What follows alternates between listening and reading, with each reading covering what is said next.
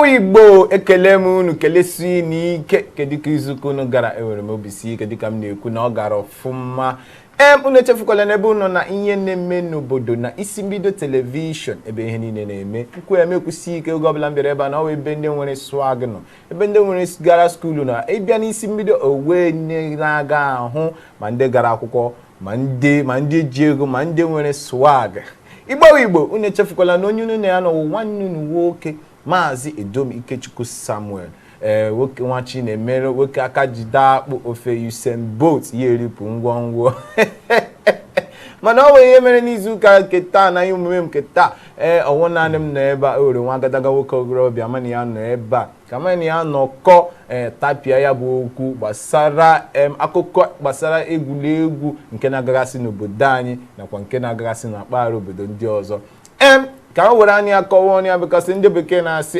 it's better you hear from the horse's mouth mgbe n'ebe ọ bụ horse ka o were ọnụ ya were gịnị kọwa onwe ya. Nwoke m mgbe ụdị ọma na-ege ntị ndewo unu aha m bụ obere Maazị Goodluck Nwogu mana ihe eji ama m ojii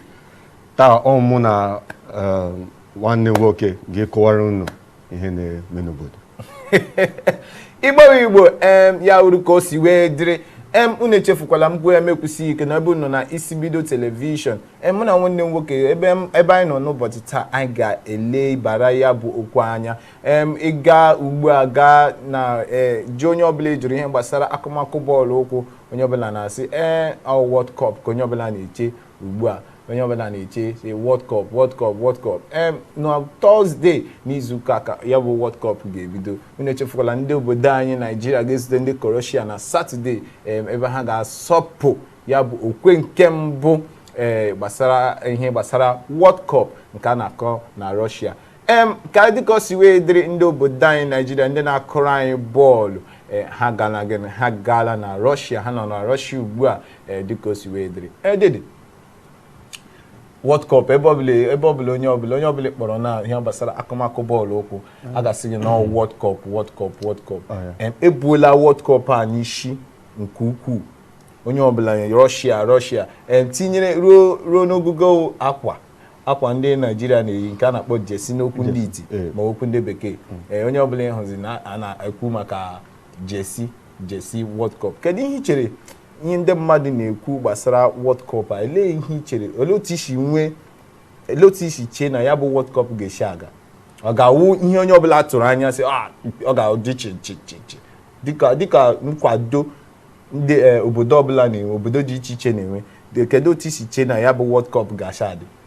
Nwanne m nwoke otu m si na-ele this World Cup ọ ga-adị egwu mana ịmasị ma kọntrị niile obodo niile dị iche iche ịmasị ọwụ na this World Cup ka ha ga-prove onwe ha. A na-agba bọọlụ na-eme akụmakụ bọọlụ but nke a this World Cup ebe obodo niile ga-abịa ndị mmadụ niile ga-ele ha so ha ga-tinye their best foot forward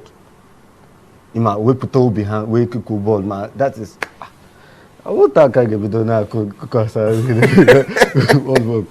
dịka o si wee dịrị ọ kọwala otu o si chee ya bụ World Cup na-aga dịka onye ọbụla jụrụ ya sị gị World Cup Russia ma ndị ji ego ma ndị na-eji ego ndị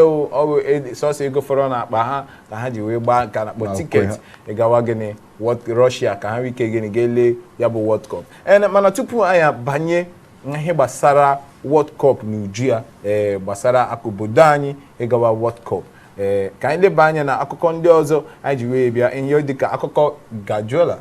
Pep Guardiola ihe ọ gwara Ture na gịnị na Ture si ya na ọ naghị enwe mmasị ebe ndị ojii nọ ya na-akpa Black African players na ọ na-enwe obi ụtọ ị na-eme gịnị ị na-asaịn ha na Manchester City dịka o si wee dịrị mana Pep Guardiola asịla na ọ washi na gịnị na ọ na-like kwa Black African players mana ajụ si na ihe a dịla mgbe ọbụla m bịara na ihe omume TV na onyonyo m na-asị ihe gbasara black nke a na-akpọ n'olu ndị iti racism na football ọ dị ukwuu ihe otu onye na-akụrụ Nigeria bọọlụ onye na-akpọ Ndidi ekwuola okwu gbasara ya ọfụma si na